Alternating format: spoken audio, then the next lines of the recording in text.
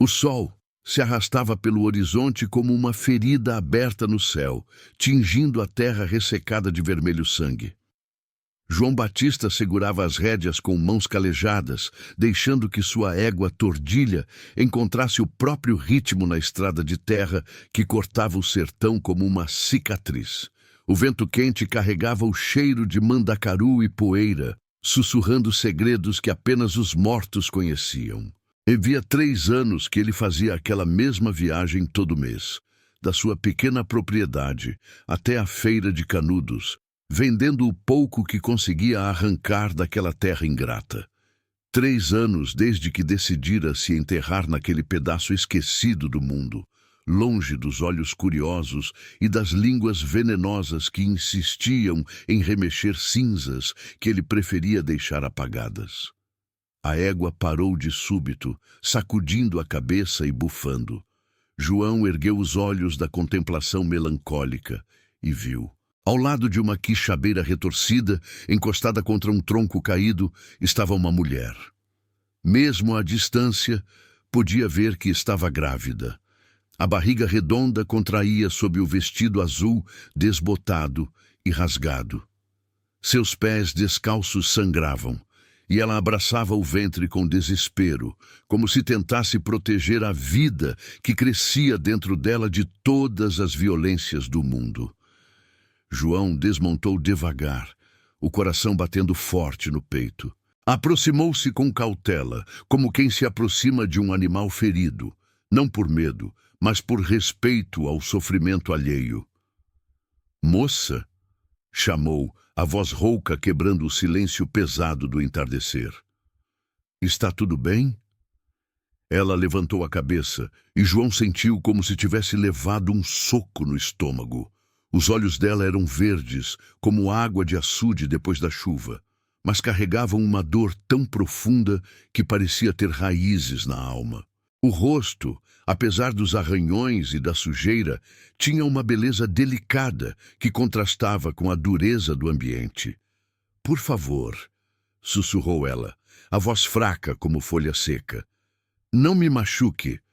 João ergueu as mãos, mostrando que não tinha armas. "Não vou machucar ninguém, moça. Meu nome é João Batista. Posso ajudá-la?"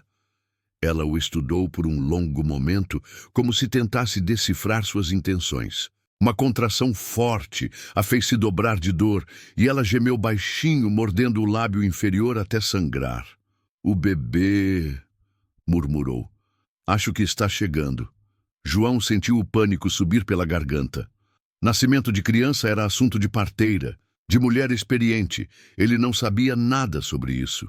Mas olhando para os lados, viu apenas a imensidão vazia do sertão, onde o grito mais alto não encontrava eco. "Minha casa não é longe daqui", disse ele, tirando a camisa e estendendo para ela. "Tenho uma cama, água limpa. Posso buscar Dona Raimunda, a parteira." Ela balançou a cabeça violentamente. "Não, não pode chamar ninguém. Ninguém pode saber que eu estou aqui." "Mas, moça, a senhora precisa de ajuda. Não posso deixá-la aqui no meio do mato." "Você não entende." Ela agarrou o braço dele com força surpreendente. "Eles me encontram. Se alguém souber, eles me encontram." João olhou para aquela mulher ferida e desesperada, e algo se moveu dentro do seu peito. Talvez fosse o instinto de proteger o mais fraco. Talvez fosse a lembrança de sua própria fuga, anos atrás. Ou talvez fosse simplesmente o que restava de humanidade em seu coração cansado. "Está bem", disse ele, com uma gentileza que surpreendeu a ambos. "Não vou chamar ninguém, mas preciso levá-la para casa. Não pode ficar aqui." Ela hesitou, depois assentiu. João a ajudou a se levantar, notando como ela tremia apesar do calor. Quando a colocou na garupa da égua, ela se agarrou nele como quem se agarra à última tábua de salvação. A viagem até a casa de João foi silenciosa, pontuada apenas pelos gemidos abafados da mulher e pelo barulho cadenciado dos cascos na terra batida. A cada solavanco, ela se contraía mais, e ele percebia que o tempo estava se esgotando. Sua casa era simples. 4 paredes de adobe, telhado de barro, um alpendre onde costumava passar as tardes fumando e contemplando o horizonte. Não era muito, mas era limpa e honesta, como ele tentava ser. "Como é seu nome, moça?" perguntou enquanto a ajudava a entrar. "Maria", respondeu ela, rápido demais. "Pode me chamar de Maria." João não acreditou. Tinha vivido tempo suficiente para reconhecer uma mentira, mas não insistiu. Cada pessoa tinha direito aos seus segredos, aos seus fantasmas. Improvisou uma cama na sala, estendendo todos os lençóis limpos que tinha. Ferveu água, como havia visto sua mãe fazer nos partos das vizinhas, e rezou para que lembrasse de alguma coisa útil dos tempos de menino. "João", ela o chamou, quando outra contração a fez se dobrar. "Se acontecer alguma coisa comigo, proteja meu filho, promete?" "Não vai acontecer nada com a senhora", disse ele, mas suas mãos tremiam quando molhou um pano na água morna. "Vai dar tudo certo." O parto durou a madrugada toda. João jamais esqueceria daquelas horas intermináveis, onde ele se tornou parteiro, enfermeiro e confidente de uma mulher que mal conhecia. Ela gritava o nome Miguel entre as contrações e ele se perguntava se era o pai da criança ou algum santo de sua devoção.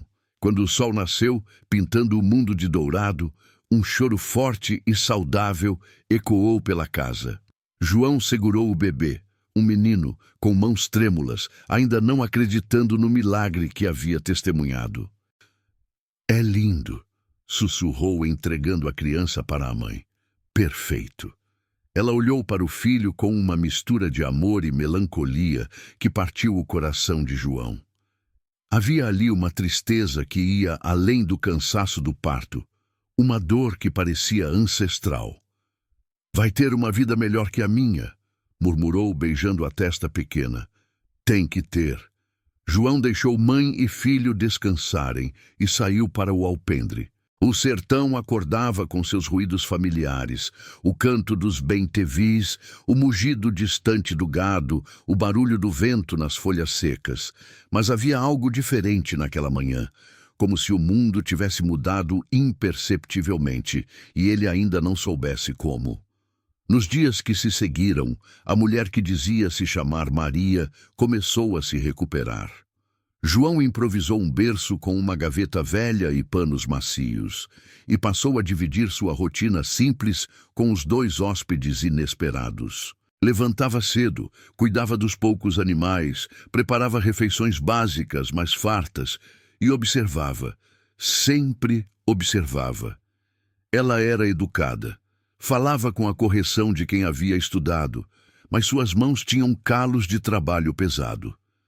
Conhecia remédios caseiros que aprendera com uma avó, mas também sabia ler e escrever melhor que muita gente da cidade.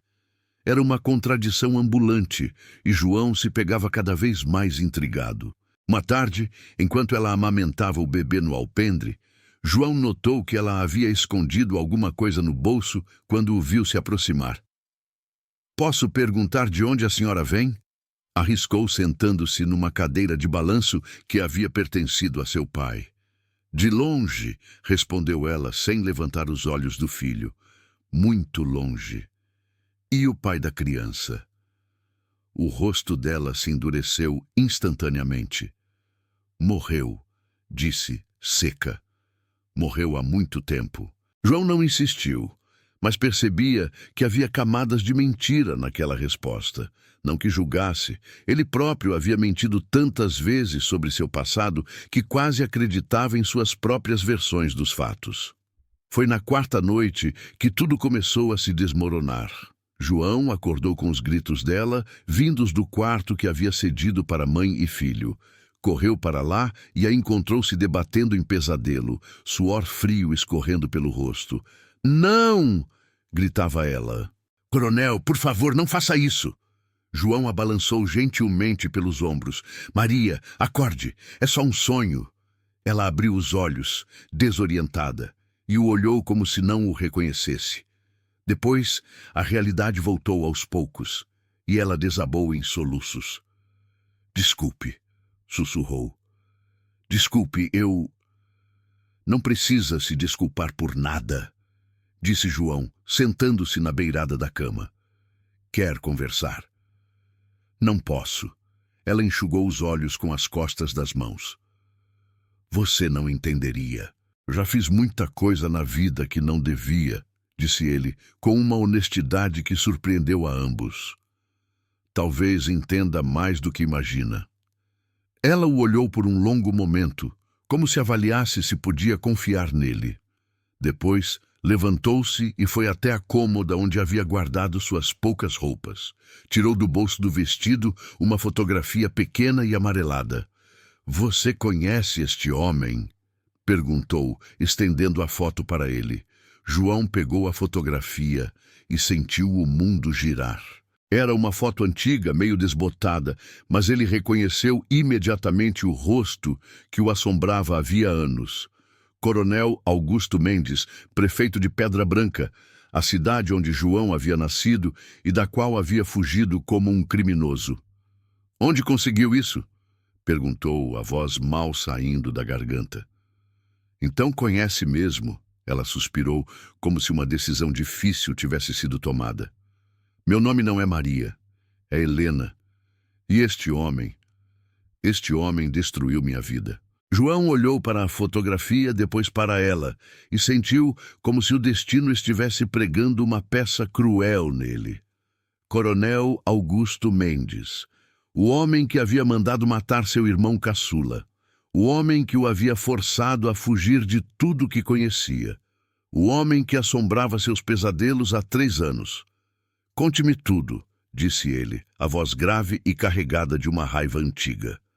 Conte-me tudo sobre este desgraçado. Helena olhou para ele com surpresa. Havia algo na voz de João, em seus olhos, que ela não havia visto antes. Uma dureza, uma sede de justiça que parecia vir de muito longe. Você também tem contas a acertar com ele? Não era uma pergunta. Tenho, admitiu João. E talvez seja a hora de acertá-las. Do berço improvisado, o bebê murmurou no sono, alheio à tempestade que se formava ao seu redor. Helena e João se entreolharam, 2 fugitivos unidos por um inimigo comum, por uma dor compartilhada. O sertão lá fora continuava silencioso, mas ambos sabiam que aquele silêncio era enganoso. Tempestades se formavam no horizonte, e o passado, por mais enterrado que estivesse, sempre encontrava uma forma de ressurgir. Helena respirou fundo e começou a falar, sua voz cortando a madrugada como uma lâmina. Eu era professora na escola de Pedra Branca, começou Helena, a voz tremendo como folha ao vento. Tinha apenas 22 anos quando cheguei lá. Sonhava em fazer a diferença, em ensinar as crianças a ler e escrever, dar-lhes uma chance de escapar da miséria. João permaneceu em silêncio, mas seus punhos se fecharam involuntariamente. Pedra Branca, a cidade que o havia cuspido como se fosse veneno. O coronel Augusto controlava tudo na cidade, continuou ela, os olhos perdidos em lembranças dolorosas. A prefeitura, a polícia, os juízes, até o padre. Ninguém ousava contrariá-lo. Ele tinha fazendas enormes, gado, plantações e sede de poder. Helena levantou-se e caminhou até a janela, onde a lua minguante derramava sua luz fraca sobre o sertão adormecido. No começo, ele foi gentil comigo. Mandava presentes para a escola, oferecia melhorias, prometia construir uma biblioteca. Eu achava que era generosidade. Que tola fui. Ele queria algo em troca, disse João, conhecendo bem o tipo de generosidade do coronel. Queria, sim. Mas não era só isso. Ele queria me quebrar, me humilhar. Quando recusei seus avanços, quando disse que nunca seria sua amante, ele mostrou quem realmente era. Helena tocou instintivamente a cicatriz no ombro, e João percebeu que não era acidental. Primeiro foram as ameaças sutis, depois o corte no orçamento da escola. As crianças ficaram sem material, sem merenda. Quando protestei na Câmara Municipal, ele mandou seus capangas me esperarem na saída. A voz dela se quebrou e ela precisou de um momento para continuar. Eles me arrastaram para um galpão abandonado. O coronel estava lá bebendo cachaça e rindo. Disse que eu ia aprender a ser obediente, que toda mulher precisava conhecer seu lugar. Eles me machucaram, João, de todas as formas possíveis. João levantou-se bruscamente, a raiva queimando em suas veias como fogo. Conhecia a crueldade do coronel, mas ouvir aquilo da boca de Helena fez sua sede de vingança crescer como enchente. Quando descobri que estava grávida, tentei fugir, continuou ela, as lágrimas correndo livremente pelo rosto. Mas ele tem olhos em todo lugar. Me trouxe de volta, me trancou numa casa na periferia da cidade. Disse que o filho seria dele, que eu seria dele para sempre. Como conseguiu escapar? Perguntou João, sentindo o ódio crescer a cada palavra. Tinha uma empregada chamada Josefa. Ela sabia o que estava acontecendo e sentia pena de mim.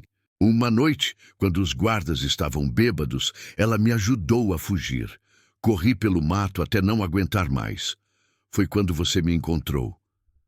João olhou para a mulher corajosa à sua frente, grávida e ferida, que havia atravessado o sertão a pé para escapar de seu carrasco. Depois olhou para o bebê dormindo, inocente e alheio ao horror que precedeu seu nascimento. Há quanto tempo você conhece o coronel? Perguntou Helena, secando os olhos. João foi até a cômoda e tirou de uma gaveta uma caixa de madeira velha. Dentro havia documentos, uma arma enferrujada e outra fotografia, esta mostrando dois jovens sorridentes abraçados. Este é meu irmão, Miguel, disse ele, entregando a foto para Helena. Tinha 18 anos quando morreu. Helena olhou a fotografia e depois para João, compreendendo subitamente. Foi por isso que você gritava o nome Miguel durante o parto, disse ele. Meu irmão era assim, protetor, corajoso. Tinha um coração grande demais para este mundo. O que aconteceu com ele? João sentou-se pesadamente na cadeira, como se o peso da memória fosse físico. Miguel trabalhava numa das fazendas do coronel. Ganhava pouco, mas era honesto, trabalhador. Até que descobriu que o coronel estava desviando verbas da prefeitura usando mão de obra escrava nos campos mais distantes. A voz de João se tornou mais dura, mais amarga. Meu irmão tinha essa mania de querer fazer o que era certo. Juntou provas, documentos, fotografias, planejava denunciar tudo para as autoridades de Recife. Dizia que alguém tinha que ter coragem de enfrentar o coronel. Mas o coronel descobriu? Descobriu. E mandou seus capangas conversarem com Miguel. Encontraram o corpo dele numa cachoeira 3 dias depois. Disseram que foi acidente, que ele escorregou nas pedras.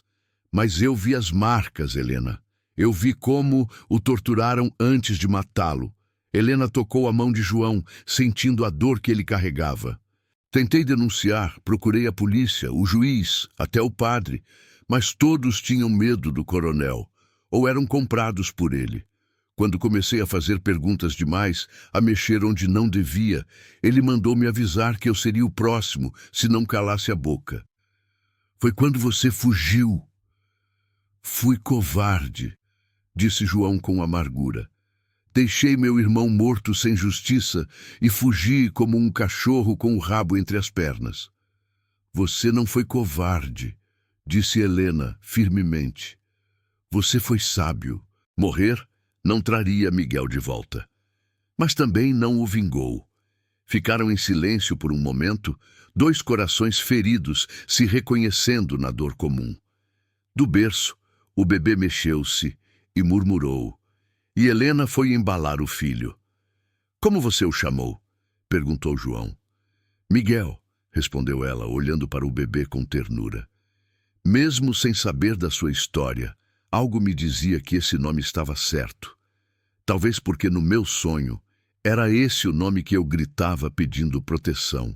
João sentiu algo se mover em seu peito. Destino, coincidência, ou talvez a forma que o universo tinha de corrigir injustiças. Helena, preciso contar uma coisa. Ontem, quando fui buscar mantimentos na cidade, ouvi uns homens conversando. Estão procurando por você. O coronel ofereceu uma recompensa alta por informações. O rosto dela empalideceu. Ele não vai desistir nunca. Não enquanto estivermos vivos. Então não vamos mais fugir, disse João, uma determinação nova em sua voz. Vamos enfrentá-lo. Você está louco? Ele tem soldados, polícia, juízes na mão. Somos apenas 2 fugitivos. Somos 2 fugitivos que sabem da verdade, corrigiu João. E que não têm mais nada a perder. Ele se levantou e começou a caminhar pela sala, como se estivesse tramando algo. Você disse que seu irmão tinha provas contra o coronel. Onde estão? Escondidas num lugar seguro. Josefa, a empregada que me ajudou a fugir, sabia onde Miguel guardava tudo. Ela prometeu proteger os documentos.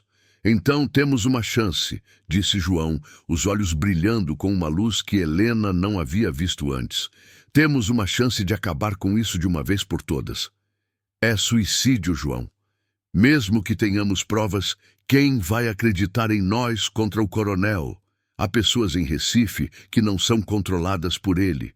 Jornalistas, políticos, gente que pode dar voz à verdade. Mas primeiro, precisamos das provas. Helena olhou para o filho, depois para João.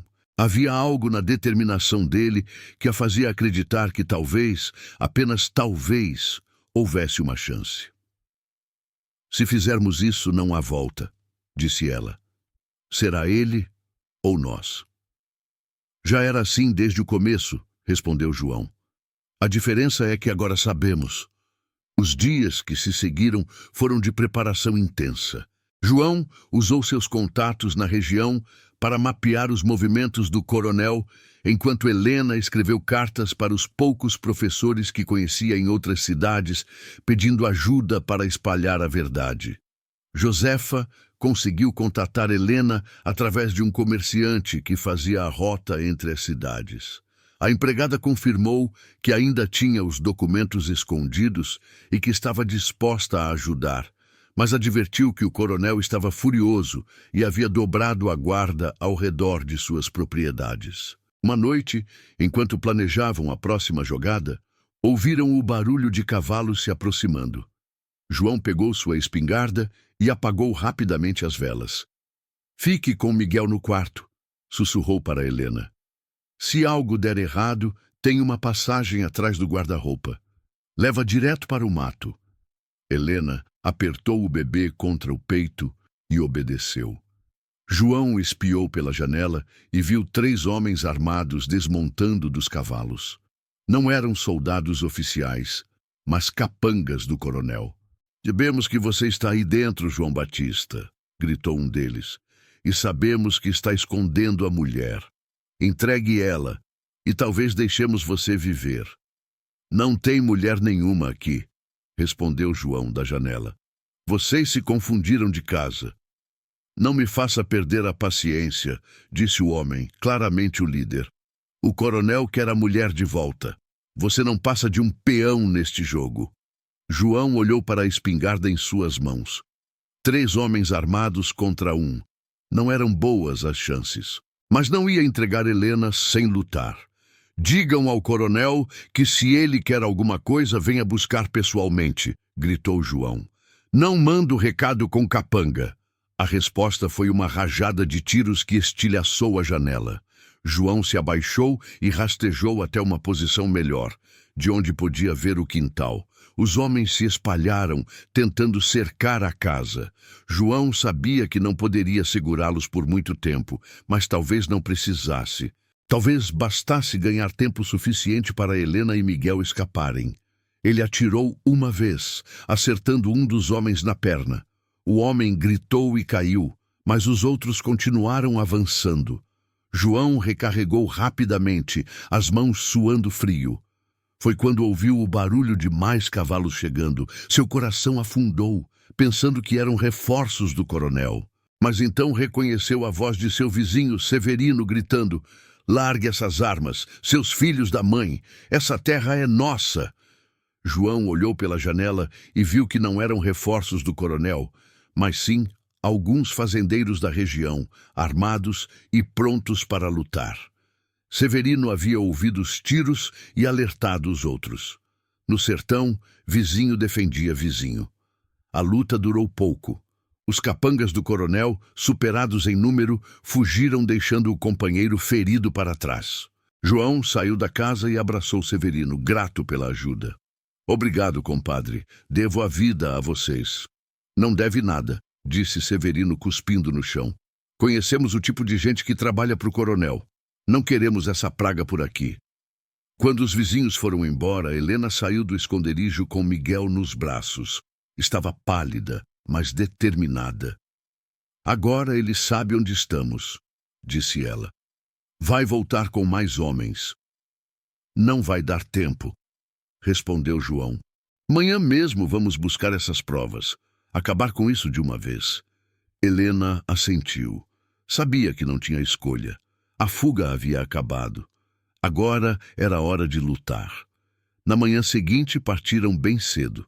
João deixou Miguel com Severino e sua esposa, que se ofereceram para cuidar do bebê. Helena beijou o filho, sabendo que talvez fosse a última vez. "Ele vai ficar bem", disse João, montando a égua. "Quando voltarmos, Miguel vai crescer em um mundo onde homens como o coronel não têm poder." "E se não voltarmos?" "Vamos voltar", disse João com uma convicção que não sabia se sentia. "Temos que voltar." A viagem até Pedra Branca foi tensa. Evitaram as estradas principais, seguindo por trilhas que João conhecia desde menino.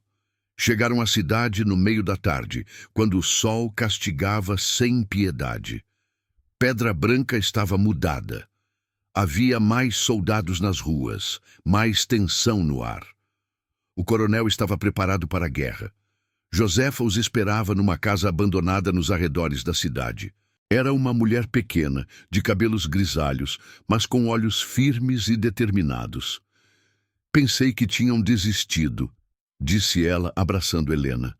"O coronel está como um animal ferido, mandou revistar cada casa, cada canto da cidade." "Trouxe as provas?" perguntou João. Josefa assentiu e tirou de uma sacola uma pasta com documentos, fotografias e anotações. "Está tudo aqui. Contratos falsos, recibos de pagamento para jagunços, registros de trabalho escravo. Seu irmão era muito cuidadoso, João. Estas provas podem derrubar o coronel." João folheou os documentos, reconhecendo a letra cuidadosa de Miguel. Havia ali evidências suficientes para mandar o coronel para a cadeia pelo resto da vida. "Agora precisamos fazer essas provas chegarem às pessoas certas", disse Helena. "Já pensei nisso", disse Josefa. "Tem um jornalista de Recife que está na cidade, investigando denúncias de corrupção. Ele pode ser nossa salvação." "Onde ele está?" "No hotel da praça." "Mas o coronel tem homens vigiando todos os forasteiros." João pensou por um momento. Tinham as provas, tinham um jornalista disposto a ouvir, mas como fazer a conexão sem serem capturados? "Vou até ele", disse João. "Vocês ficam aqui." "Não", disse Helena. "Vamos juntos. Se morrermos, morreremos lutando." João olhou para ela, para a mulher corajosa que havia enfrentado o inferno e saído mais forte. Assentiu. "Então vamos acabar com isso." O sol se punha sobre Pedra Branca quando os três se dirigiram para o centro da cidade. Nas sombras das ruas, a justiça finalmente caminhava para seu encontro com o destino. E nos céus do sertão, as estrelas começavam a brilhar, testemunhas silenciosas de uma luta que decidiria o futuro de todos.